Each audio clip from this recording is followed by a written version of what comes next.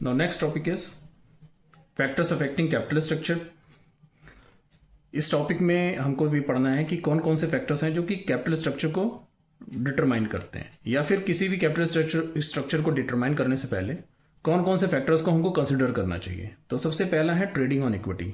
Trading on equity ये बताता है, सिंपल सा मीनिंग है इसका कि trading on equity means trading means full utilization of equity. Trading means benefit. Trading को हम बेनिफिट भी कहते हैं, ट्रेडिंग को हम फुल यूटिलाइजेशन भी कहते हैं। ठीक है, फुल यूटिलाइजेशन ऑफ इक्विटी या बेनिफिट ऑफ इक्विटी। तो इसको फाइनेंशियल लेवरेज, ये भी क्वेश्चन पूछ सकता है कि what is meant by financial leverage. तो when a company uses borrowed funds in the regular conduct means along with the equity capital when the business uses the borrowed funds, ठीक है, तो it is said to be trading on equity. Means when the company uses borrowed funds along with the equity funds। Equity funds तो जानते हैं, जो अपना पैसा लगाते हैं, बिजनेसमैन अपना पैसा लगाते हैं। तो अपने पैसे के साथ साथ जब बोरोड फंड्स को भी जब यूज किया जाता है तो उसको हम कहते हैं ट्रेडिंग ऑन इक्विटी। इसका फायदा क्या होता है ट्रेडिंग ऑन इक्विटी का, या फिर अपने इक्विटी के साथ बोरोड फंड लगाने का? तो उसका फायदा ये होता है कि दो फायदे होते हैं इसके। सबसे पहला फायदा आपको यहां तक मार्क करने के बाद फिर यहां से कर लीजिए कि the rate of first is the rate of return on investment is more than the rate of interest and dividend payable on the debts and preference capital respectively.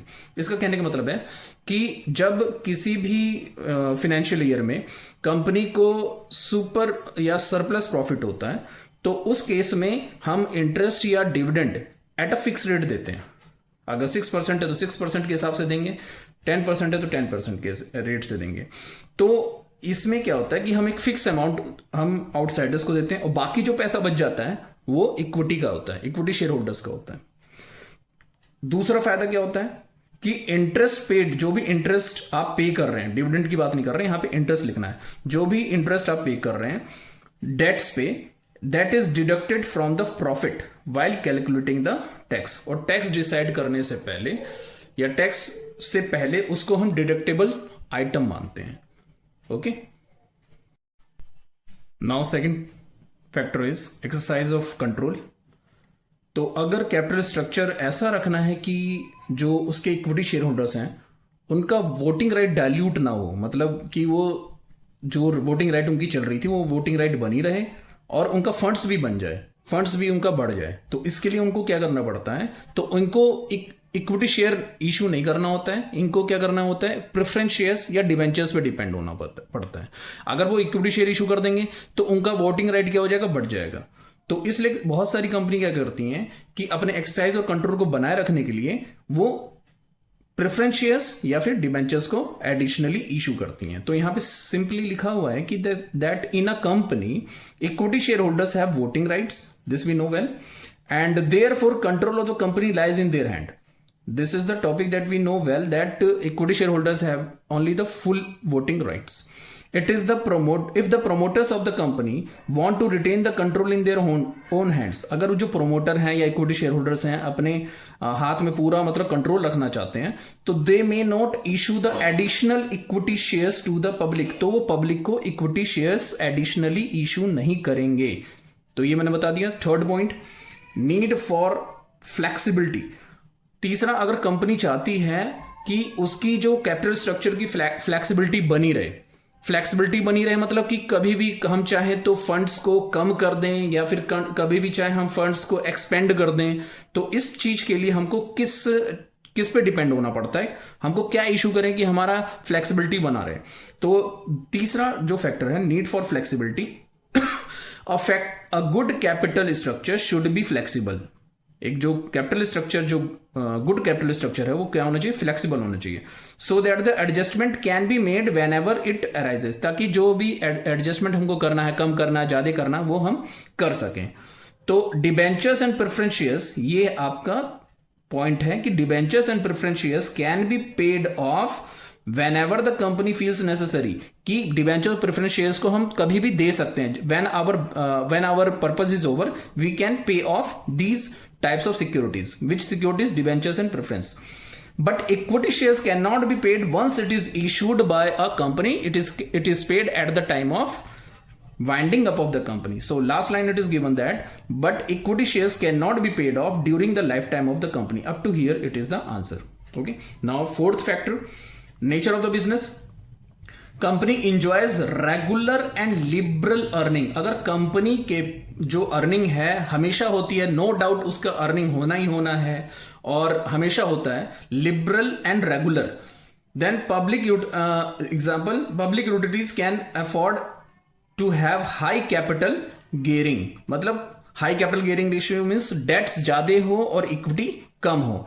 तो पब्लिक यूटिलिटीज अगर जो इशू करती है वो कैसा structure रखती है, high capital gearing रखती है. On the other hand business firm which are subject to wide fluctuation, ये वर्ड्स हैं जो आपको मार्क करने हैं. जैसे वाइड फ्लक्चुएशन रहेगा तो आपकी डिमांड मतलब अर्निंग में वाइड फ्लक्चुएशन रहेगा तो आपको कौन सा शेयर इशू करना है या कौन सा सिक्योरिटी इशू करना है. तो जब आपका फ्लक्चुएशन रहेगा तो आपको कौन सा सिक्योरिटी इशू करना है, equity, capital and preference shares, ये इशू करना है. और जब आपकी अर्निंग लिबरल रहेगी, लिबरल अर्निंग रहेगी तो आपको कौन सा सिक्योरिटी इशू करना है, आपको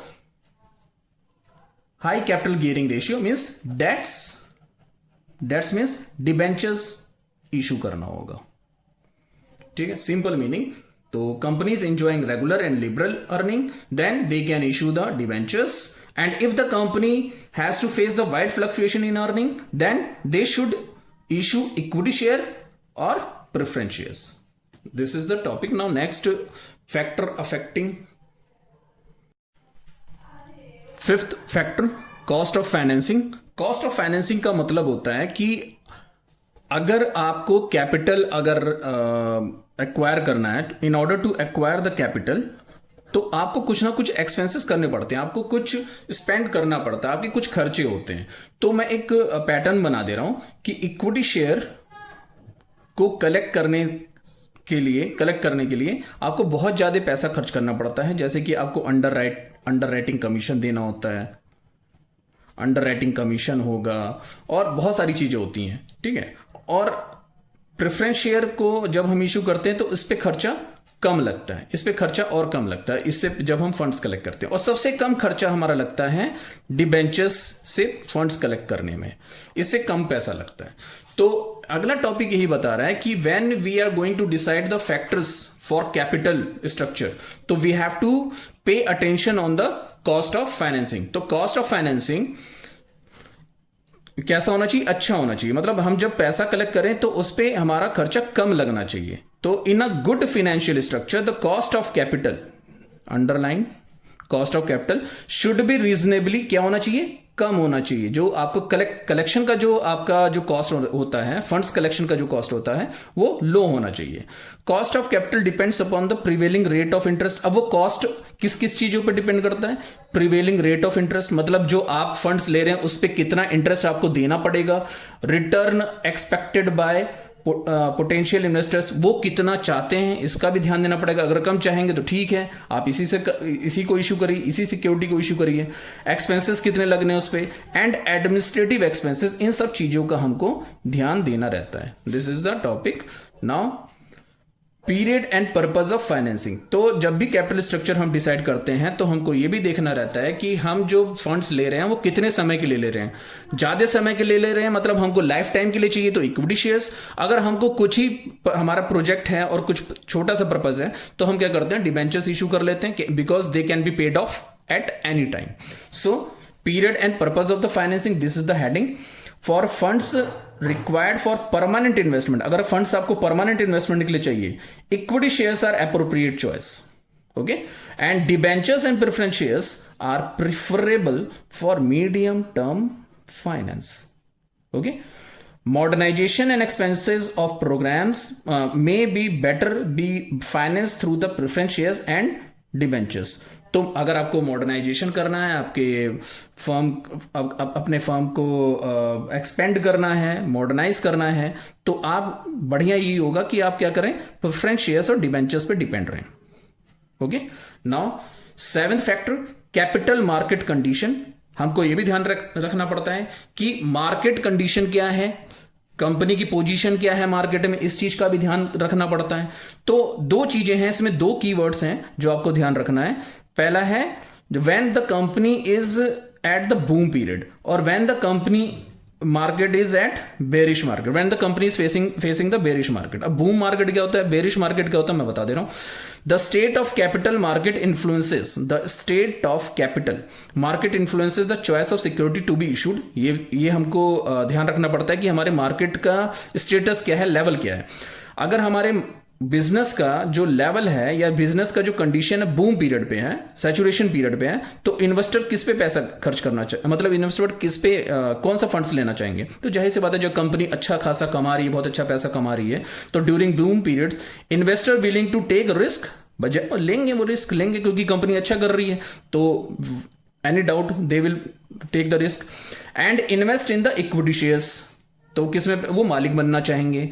and but when the bearish market, जब कंपनी के शेयर्स घट रहे हो, कंपनी डाउन स्विंग में चल रही हो, तो investor prefers the safe investment, वो सेफ इन्वेस्टमेंट प्रिफर करते हैं। और इसके लिए किस में वो इन्वेस्ट करेंगे, वो डिबेंचर्स में इन्वेस्ट करेंगे। तो इतना काफी है। 8th one factor is statutory requirement. Statutory requirement सिर्फ बैंकिंग कंपनीज के बारे में बताया हुआ है कि बैंकिंग कंपनीज को क्या इशू करना चाहिए, क्या नहीं इशू करना चाहिए, और उसको किस किस को फॉलो करना चाहिए। तो banking companies are prohibited from issuing any type of security except equity shares. तो बैंकिंग कंपनी सिर्फ इक्विटी शेयर इशू करती हैं बेसिकली। ये गाइडलाइंस है, गवर्नमेंट ऑफ इंडिया की भी गाइडलाइंस है, इंडियन कंपनीज एक्ट की भी गाइडलाइंस है, और सेबी की भी गाइडलाइंस है कि वो जो बेसिकली जो कमर्शियल बैंक्स होती हैं, कमर्शियल बैंक्स होती हैं, बैंकिंग कंपनीज होती हैं, वो सिर्फ इक्विटी शेयर्स इशू करती हैं। तो government of India has laid down norms of debt equity ratio. तो गवर्नमेंट ऑफ इंडिया ने नॉर्म्स कुछ डिसाइड किए हुए हैं बैंकिंग कंपनीज के लिए, डेट इक्विटी रेशियो उनका कितना होना चाहिए, और वो पब्लिक से कितना पैसा ले सकती है कि means ceiling on public deposit, the limit of public deposits. ये हो गया topic. And one more point, the companies act and the SEBI guidelines, दो चीजें और, companies act and SEBI guidelines must be observe while issuing funds from public. और public से पैसा लेने से पहले बैंकिंग कंपनीज को कंपनीज एक्ट और सेबी गाइडलाइंस दोनों को फॉलो करना पड़ता है। Next, need. 9th factor is needs of investors.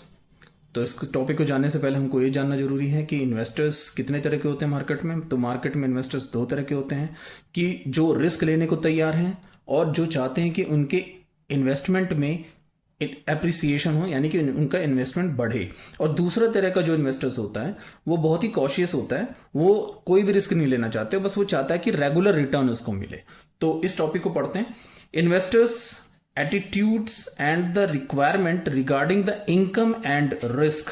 Income and risk के रिगार्डिंग इस टॉपिक को पढ़ना हमको। Is an important consideration in determining the capital structure. तो investors attitudes and requirement regarding income and risk is an important consideration in designing capital structure. Enterprising investors, अब दो तरह के इन्वेस्टर जो मैंने बताया, enterprising investors who prefer capital gains and say in the management. Say in the management means voting rights. वो चाहते हैं कि उनको एक वोटिंग राइट भी मिले मैनेजमेंट में, तो of the company can be lured और can be attracted by issuing equity shares. तो उनको कौन सा शेयर्स इशू किया जा सकता है, उनको इक्विटी शेयर्स इशू किया जा सकता है। और debentures and preference shares are issued to attract those who desire a regular return. वो क्या चाहते हैं, रेगुलर रिटर्न। तो रेगुलर रिटर्न जो चाहते हैं उनको क्या इशू किया जाएगा, debentures and preference shares. And वो क्या चाहते हैं, सेफ्टी ऑफ इन्वेस्टमेंट भी चाहते हैं वो। तो this is the topic. 9 points are sufficient. Fixed capital refers to the funds required for acquisition of fixed assets. तो फिक्स कैपिटल का मतलब क्या होता है, फिक्स कैपिटल वो कैपिटल होता है जिसकी जरूरत होती है टू एक्वायर फिक्स्ड एसेट्स। और फिक्स्ड एसेट्स होते क्या हैं, fixed assets are meant for generating income. और फिक्स्ड एसेट्स की जरूरत होती है इनकम जनरेट करने के लिए, ये कीवर्ड हो गया और ये कीवर्ड हो गया। फिक्स्ड एसेट्स क्या होता है, acquisition for the acquisition of fixed assets, and fixed assets are what? Fixed assets are those assets which are used for generating income. These assets are permanently used in the business operation, business operation में उनका permanent use होता है। और example, दो example sufficient है, land and building, plant and machinery. Now next topic we have factors affecting fix capital. तो किसी भी कैपिटल स्ट्रक्चर में फिक्स कैपिटल कितना होगा, वर्किंग कैपिटल कितना होगा, और फिक्स कैपिटल को कौन से फैक्टर अफेक्ट करेंगे, वर्किंग कैपिटल को कौन से फैक्टर अफेक्ट करेंगे, ये भी सिलेबस में है। तो पहला टॉपिक आज का है कि फैक्टर्स अफेक्टिंग फिक्स कैपिटल। तो उसमें सबसे पहला फैक्टर है nature of business. Nature of business में क्या है कि दो तरह के बिजनेस ऑर्गेनाइजेशन होते हैं। एक तो मैन्युफैक्चरिंग ऑर्गेनाइजेशन होती है, और एक क्या होती है सिर्फ डिस्ट्रीब्यूशन से रिलेटेड होती है, जिसको हम ट्रेडिंग कंपनी कहते हैं, और एक होती है मैन्युफैक्चरिंग कंपनी। तो मैन्युफैक्चरिंग में कितना कैपिटल रिक्वायरमेंट होगा, ट्रेडिंग कंपनी में कैसा कितना की रिक्वायरमेंट होगा, बस इस टॉपिक, इस फैक्टर में हमको यही पढ़ना है। तो the amount of fix capital varies from industry to industry, ये बता दिया मैंने। Fix capital requirement in manufacturing company should be different in comparison to your trading company. If manufacturing enterprise, if it is a manufacturing enterprise, ये word है manufacturing enterprise. Manufacturing enterprise required heavy investment in fixed assets, such as उनको क्या खरीदना पड़ता है इसके लिए, land, building and plant and machinery. ठीक है, यहाँ पे कैपिटल रिक्वायरमेंट वहाँ पे सबसे ज़्यादा होती है। वैसे ही पब्लिक यूटिलिटीज भी मैन्युफैक्चरिंग का ही एक पार्ट कह सकते हैं कि पब्लिक यूटिलिटी में भी क्या होता है, फिक्स कैपिटल रिक्वायरमेंट बहुत ज्यादा होता है। जैसे कि पब्लिक यूटिलिटी जो आपको सर्विसेज प्रोवाइड करते हैं, जैसे कि आपकी रेलवे हो गई, city transport undertakings and electricity supply concern also require heavy investment in fixed assets. तो इसका ध्यान रखना है। मैन्युफैक्चरिंग एंटरप्राइज की बात करें या पब्लिक यूटिलिटीज की बात करें, यहां पे फिक्स कैपिटल इन्वेस्टमेंट सबसे ज्यादा होता है। अब दूसरा जो इसका एस्पेक्ट है वो है ट्रेडिंग कंसर्न। अगर वो ट्रेडिंग कंसर्न है, सिर्फ वो सामान बेचती है, तो वहां पे मैन्युफैक्चरिंग का काम तो हो नहीं रहा है, तो बस उनको सामान बेचना है, तो यहां पे ट्रेडिंग कंसर्न का जो फिक्स कैपिटल रिक्वायरमेंट है, less investment in fix capital होता है, यानी कि कैपिटल फिक्स कैपिटल में कम पैसा डालते हैं। साइज ऑफ बिजनेस तो बहुत इजी है, जितना बड़ा साइज रहेगा उतनी capital requirement, fix capital requirement ज्यादा होगी, जितना छोटा साइज रहेगा बिजनेस का उतना फिक्स कैपिटल रिक्वायरमेंट कम होगा। तो the scale of operation also determines the amount of fix capital. A large size enterprise require greater amount of fix capital than a small scale firm. इतना काफी है। Next, nature of the product. अब nature of product में यह है कि business कौन सा कैसा प्रोडक्ट बनाती है। तो दो तरह के प्रोडक्ट होते हैं, एक होता है मैन्युफैक्चरिंग प्रोडक्ट जो मैन्युफैक्चरर्स के लिए होता है, और एक होता है कंज्यूमर प्रोडक्ट जो कंज्यूमर्स के लिए होता है। तो अंडरस्टूड है, वेरी सिंपल टॉपिक है कि अगर मैन्युफैक्चरर्स के लिए अगर कोई प्रोडक्ट बनाया जाएगा या कैपिटल गुड्स जिसको हम कहते हैं, तो वहां पे फिक्स कैपिटल रिक्वायरमेंट बहुत ज्यादा होगी। अगर कंज्यूमर गुड्स बनाएंगे तो वहां पे कैपिटल रिक्वायरमेंट बहुत कम होगी, फिक्स कैपिटल रिक्वायरमेंट कम होगी। तो द टाइप ऑफ प्रोडक्ट, यहां पे देखिए, यहां पे नेचर ऑफ बिजनेस है और यहां पे नेचर ऑफ प्रोडक्ट है। इन दोनों में कंफ्यूजन नहीं होनी चाहिए कि बिजनेस अलग है और प्रोडक्ट अलग है, नेचर ऑफ प्रोडक्ट अलग है। तो type of products produced also determines the amount of fix capital. A company manufacturing capital goods, ये मैंने बताया, अगर कंपनी कैपिटल गुड्स बना रही है जैसे कि machinery, engines, will require large amount of fix capital. उसी के on the other hand a firm producing consumer products जैसे कि soap, hair oil, toothpaste etcetera will need small amount of fixed capital. Next, method of production. Method of production दो method होते हैं, एक होता है कैपिटल इंटेंसिव और एक होता है labour intensive. If it is a capital intensive, capital से सारा काम होना है, मतलब मशीन से सारा काम होना है, तो जाहिर सी बात है वहां पे जो कैपिटल रिक्वायरमेंट होगी, फिक्स कैपिटल रिक्वायरमेंट होगी, वहां सबसे ज्यादा होगी। लेकिन जहां पे लेबर इंटेंसिव टेक्निक होगा वहां पे फिक्स कैपिटल रिक्वायरमेंट कम होगी। तो company employs capital intensive techniques of production such as automatic machinery requires amount of fixed capital, higher amount of fixed capital as compared to employing labor intensive। यहां पे तो दो कीवर्ड है, अगर capital intensive है तो वहां पे कैपिटल फिक्स कैपिटल रिक्वायरमेंट ज्यादा होगी, और लेबर इंटेंसिव है वहां पे फिक्स कैपिटल रिक्वायरमेंट कम होगी। Fifth factor, diversity and product line. Diversity and product line, इसका मतलब ये होता है कि अगर कोई कंपनी एक ही तरह का प्रोडक्ट बनाती है, सिर्फ एक ही प्रोडक्ट बना रही है, तो वहां पे कैपिटल रिक्वायरमेंट कम होगी। और वही कंपनी जैसे सैमसंग हो गई, तो अगर वो कई तरह के प्रोडक्ट बनाती है तो वहां पे फिक्स कैपिटल रिक्वायरमेंट ज्यादा होगी। तो multi product company manufacturing diversified, मतलब तरह तरह के गुड्स बनाती है, require more fix capital than a firm manufacturing a single product. Up to here is the answer. Six factor, mode of acquiring fix assets. तो इसमें पढ़ना है कि अगर कोई कंपनी फिक्स एसेट्स एक्वायर करती है तो दो सोर्सेज होते हैं, दो बेसिस होते हैं। एक तो होता है कैश बेसिस और एक होता है हायर परचेज बेसिस, या फिर हायर परचेज बेसिस को हम कहते हैं क्रेडिट बेसिस। तो या तो कैश बेसिस या क्रेडिट बेसिस। तो a business firm which purchases fix assets on cash down basis, तो huge capital, fix capital is required. On the other hand, enterprise which acquires land and building, plant and machinery and other fixed assets on lease or hire purchase will need less fixed capital। समझ में आ गया होगा। अगर कोई company cash basis पे cash ही खरीदना चाहती है हर चीज, क्या फिक्स कैपिटल को, जैसे कि लैंड, बिल्डिंग, मशीनरी को, तो वहाँ पे फिक्स कैपिटल रिक्वायरमेंट ज़्यादा होगी क्योंकि पैसा ज़्यादा चाहिए होगा। और अगर कोई कंपनी उधार से काम चलाती है, उधार में मशीन खरीदती है या लीज पे कोई सामान खरीदती है, तो वहाँ पे फिक्स कैपिटल रिक्वायरमेंट कम होगा क्योंकि पैसा नहीं लगाना पड़ेगा। Last topic, last factor is intangible assets. बहुत सारी बिजनेस ऑर्गेनाइजेशन क्या होता है, दूसरे बिजनेस ऑर्गेनाइजेशन का गुडविल खरीदती है, या फिर दूसरे से पेटेंट खरीदती है, या कॉपीराइट एक्वायर करती है। इन सब में कंपनी का ज़्यादा पैसा लगता है, और जो इन सब के बिना काम करती है वहाँ पे कैपिटल रिक्वायरमेंट कम होता है। तो यहाँ पे सिंपल सा हमको लिखना है, the amount invested in acquiring goodwill, patent, copyright etcetera also influence the amount of fixed capital needed for business. Now new topic, meaning of working capital। working capital का मतलब क्या होता है, ये बोर्ड में कई बार पूछा है, इसका क्वेश्चन आ चुका है कि what is meant by working capital. तो वर्किंग कैपिटल के कीवर्ड्स हैं, वो आपको आंसर में लिखने हैं।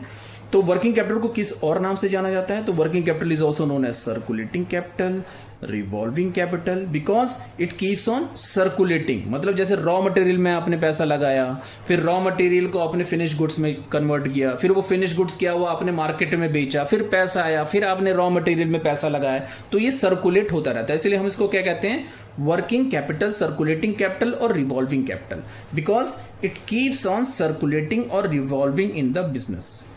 ओके, बट जो कीवर्ड आपको एग्जाम में लिखना वो ये है कि it is invested, recovered and reinvested. क्या है, invested, recovered and reinvested. Invested कहां पे, रॉ मटेरियल में आपने इन्वेस्ट किया, फिर आपने क्या किया, उसको कन्वर्ट किया फिनिश गुड्स में, फिर उसको बेचा तो रिकवर्ड हुआ, और फिर रिकवर्ड होने के बाद फिर आपने क्या किया, री इन्वेस्ट कर दिया repeatedly during the operation cycle of the business. So this is the meaning of working capital. Gross working capital, ये बोर्ड में आ चुका है। नेट वर्किंग कैपिटल, ये भी पूछा जा चुका है 2 मार्क्स में। तो इसमें क्या करना, आप फार्मूला भी लिख देंगे तो भी आपको फुल मार्क्स मिलेगा। तो इसमें क्या है कि ग्रॉस वर्किंग कैपिटल क्या होता है, तो ग्रॉस वर्किंग कैपिटल फार्मूला आप लिख दें कि book value of current assets. Book value of current asset जो कि आप बैलेंस शीट में करंट एसेट्स दिखाते हैं। करंट एसेट्स आपके हो गए bills receivable, debtors, cash in hand, ये सारी चीजें मिलकर आपकी करंट एसेट्स होती हैं। तो book value of current asset is known as gross working capital. अब देखो, नेट वर्किंग कैपिटल अलग है और ग्रॉस वर्किंग कैपिटल अलग है। नेट वर्किंग कैपिटल का फॉर्मूला आप अकाउंट्स में भी पढ़ रहे होंगे, रेशियो एनालिसिस पढ़ेंगे, उसमें भी टॉपिक है कि नेट वर्किंग कैपिटल क्या होता है। तो net working capital is equal to current assets minus current liabilities. ये सिंपल सा आंसर है। तो gross working capital and net working capital topic is over. Now next topic we have types of working capital. Working capital कितने तरह के होते हैं, तो वर्किंग कैपिटल बेसिकली 2 तरह के होते हैं, एक परमानेंट वर्किंग कैपिटल, एक temporary working capital. Permanent working capital, there is a further classification of permanent working capital, that is initial working capital and regular working capital.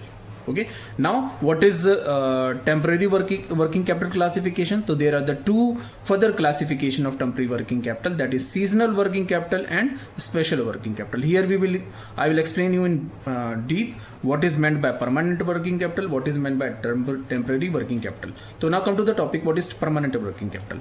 So permanent working capital refers to the minimum amount, this is the word that you have to write in your answer, that minimum amount of working capital required permanently to operate minimum amount to operate minimum level of business activity. This is the answer. If it is asked separately, then you can write up to here only, that is sufficient. What is permanent working capital? Now what is the part of this permanent working capital? The first part of permanent working capital is initial working capital. Initial, that is required at the time of commencement of the business. Okay, so initial working capital is the part of permanent. It is a part. This is the word that you have to underline and you have to write in answer also, that initial working capital is the part of permanent working capital which require at the time of commencement of a business. This is the point. Initial means जब business आप start कर रहे हैं, initial time पे आपको चाहिए होता है, ठीक है, at the time of commencement. Commencement मतलब स्टार्ट करना. What is the meaning of commencement? Commencement जब आप बिजनेस स्टार्ट करते हैं. तो ये टॉपिक हो गया. Next, regular working capital. What is regular working capital? तो रेगुलर वर्किंग कैपिटल मींस, नाम से पता चल रहा है रेगुलरली इसको रिक्वायर्ड चाहिए और परमानेंट रेगुलर होना चाहिए, परमानेंटली रेगुलर होना चाहिए. तो it means that part of permanent working capital. Again you will write this permanent working capital as you have written in initial working capital. It is a part of permanent working capital which required for the continuous business operation. This is the answer. Now second part of working capital is temporary working capital. इसका मतलब क्या होता है? इसको variable working capital भी कहते हैं. तो इसका पहले हम मीनिंग जानेंगे, इसका मतलब क्या होता है. तो ये परमानेंट नहीं चाहिए होता है, हमको टेम्परेरी बेसिस पे चाहिए होता है. फिर हम उसको निकाल भी लेते हैं, फिर उसको हम बढ़ा भी देते हैं, जैसी जरूरत रहती है हम उसको फ्लक्चुएशन के अकॉर्डिंग जैसी जरूरत रहे हम उसको घटाते बढ़ाते रहते हैं. तो it is the working capital that is required in addition, ये वर्ड है, to the permanent working capital. जो आपने परमानेंट वर्किंग कैपिटल में जो लगाया वो तो परमानेंटली चाहिए. अब आपका अचानक से पैसे की जरूरत पड़ गई तो उसके एडिशन में जो आप कैपिटल लगाते हैं तो उसको हम क्या कहते हैं? Temporary working capital. It is required to meet, ये क्या क्या मीट करने के लिए होता है? Seasonal and special need. और इन्हीं दो वर्ड से बना है दो तरह का और कैपिटल, जिसको हम कहते हैं सीजनल वर्किंग कैपिटल और जिसको कहते हैं स्पेशल वर्किंग कैपिटल. तो यही दो की वर्ड हैं जो इसमें आपके होने चाहिए टेम्पररी वर्किंग कैपिटल के मीनिंग में. अब आते हैं what is meant bye seasonal working capital. तो नाम से पता चल रहा है that is required in a particular season. Okay, so here seasonal working capital, it means the extra working capital that is required during a particular season. और particular season क्या है? Firms dealing in a product of a seasonal nature like woolen garments, fans, umbrellas, etc. require more working capital during the busy season. This is the answer. तो particular season में इसके capital की requirement बढ़ जाती है, उसकी demand बढ़ जाती है, ठीक है. तो वो सीजनल प्रोडक्ट होंगे तो ही डिमांड उनकी पर्टिकुलर सीजन में बढ़ेगी. अब special working capital. What is meant by special working capital? Extra funds required to meet the future contingencies. Contingencies means unforeseen event, जो आपने देखा ना हो, अनप्रेडिक्टेबल जिसको कह सकते हैं, हम प्रेडिक्ट ना कर सकें. तो उस तरह की लायबिलिटी को मीट करने में या डिमांड को मीट करने में जो हमको एक्स्ट्रा कैपिटल चाहिए होता है तो हम उसको कहते हैं स्पेशल वर्किंग कैपिटल. इसका एग्जांपल लिखना जरूरी है. वो क्या होगा अभी देख लेते हैं. It refers to the extra funds required to meet the future contingencies that may arise in the business. ठीक है. और इसमें एग्जाम्पल आपके ये दिए हैं. Special operation to meet the sudden spurt in demand. अचानक से आपकी डिमांड इंक्रीज कर जाए, स्पर्ट कर जाए.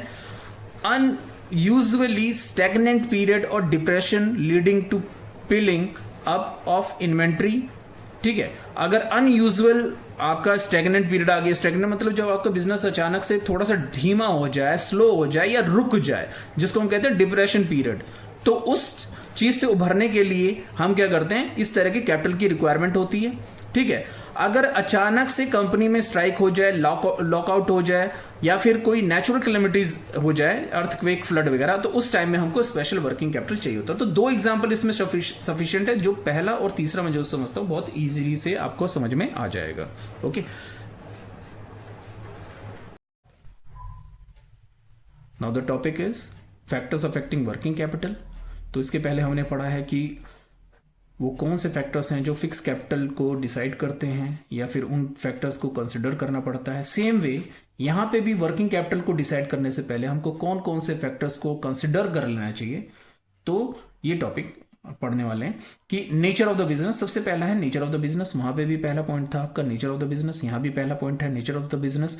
तो वहां पे आपने जो पढ़ा था, मैन्युफैक्चरिंग और यूटिलिटी को एक तरफ रखा था और ट्रेडिंग को एक तरफ रखा था। मैन्युफैक्चरिंग और यूटिलिटी में ज्यादा फिक्स कैपिटल की जरूरत होती है इन कंपैरिजन टू ट्रेडिंग, ठीक है। लेकिन यहां पे क्या है कि अब हम यहां पे दो पार्ट ये करेंगे, एक मैन्युफैक्चरिंग को अलग करेंगे और एक हम पब्लिक यूटिलिटीज को अलग करेंगे। ये जो पब्लिक यूटिलिटीज है उसको अलग करेंगे, ठीक है।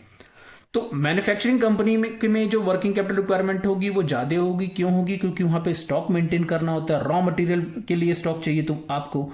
और पब्लिक यूटिलिटीज में कोई ऐसा रॉ मटेरियल नहीं रखा जाता है, ठीक है। तो यहां पे वर्किंग कैपिटल रिक्वायरमेंट कम होगी और मैन्युफैक्चरिंग कंपनी में वर्किंग कैपिटल रिक्वायरमेंट ज्यादा होगी। तो सिंपली एक बार देख लेते हैं। Manufacturing firms require considerable working capital as they have to build up the stock of raw materials and finished product. On the other hand, public utility undertakings require less working capital as they do not have to maintain inventory or stock. Second point, size of the business बहुत easy है। जो बड़ी scale company होती है वहां पे working capital requirement ज्यादा होती है, जो छोटी स्केल कंपनीज होती हैं वहां पे वर्किंग कैपिटल रिक्वायरमेंट कम होती है। तो firms carrying on large scale operation, जो कंपनी लार्ज स्केल ऑपरेशन करती है एंड अंडरटेकिंग और operate high volume of production require more working capital than small scale firms. This is sufficient. Okay, now manufacturing cycle. तो कोई कोई product बनाने में कम समय लगता है और किसी प्रोडक्ट को बनाने में बहुत ज़्यादा समय लगता है। तो जिसमें ज़्यादा समय लगेगा वहां पे वर्किंग कैपिटल रिक्वायरमेंट ज़्यादा होगी, और जहां पे कम समय लगेगा where there is a less requirement for producing the goods then there the working capital requirement would also be very less.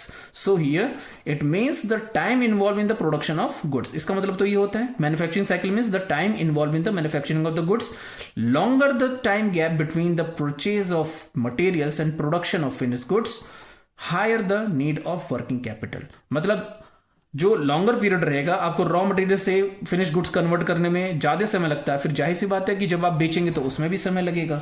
तो जहाँ पे मैन्युफैक्चरिंग साइकिल ज़्यादा होगी वहाँ पे वर्किंग कैपिटल रिक्वायरमेंट भी क्या होगी? ज़्यादा, ठीक है। नेक्स्ट, और जहाँ कम होगी वहाँ पे कम होगी। Next, rapidity of turnover. Rapidity means frequency of turnover, मतलब आप कितनी जल्दी सामान बेच ले रहे हैं। आप अगर आपका सामान देर में बिक रहा है तो वहां पे वर्किंग कैपिटल रिक्वायरमेंट ज्यादा होगी क्योंकि आपने ब्लॉक किया हुआ अपना पैसा।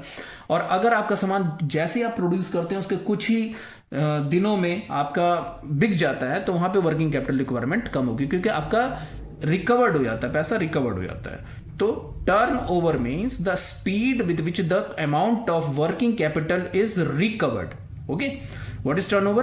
Turnover means the speed with which the amount of working capital is recovered by the sale of goods. यही when the turnover is rapid, जब turnover ज्यादा होता है, the amount of working capital required is small. This is because बस काफी है, इतना काफी है, ठीक है। Next, terms of purchase and sales. तो terms of purchase and sales में आपको क्या लिखना, अपने वर्ड्स में भी लिख सकते हैं, नहीं तो यहां से भी मार्क कर लीजिए।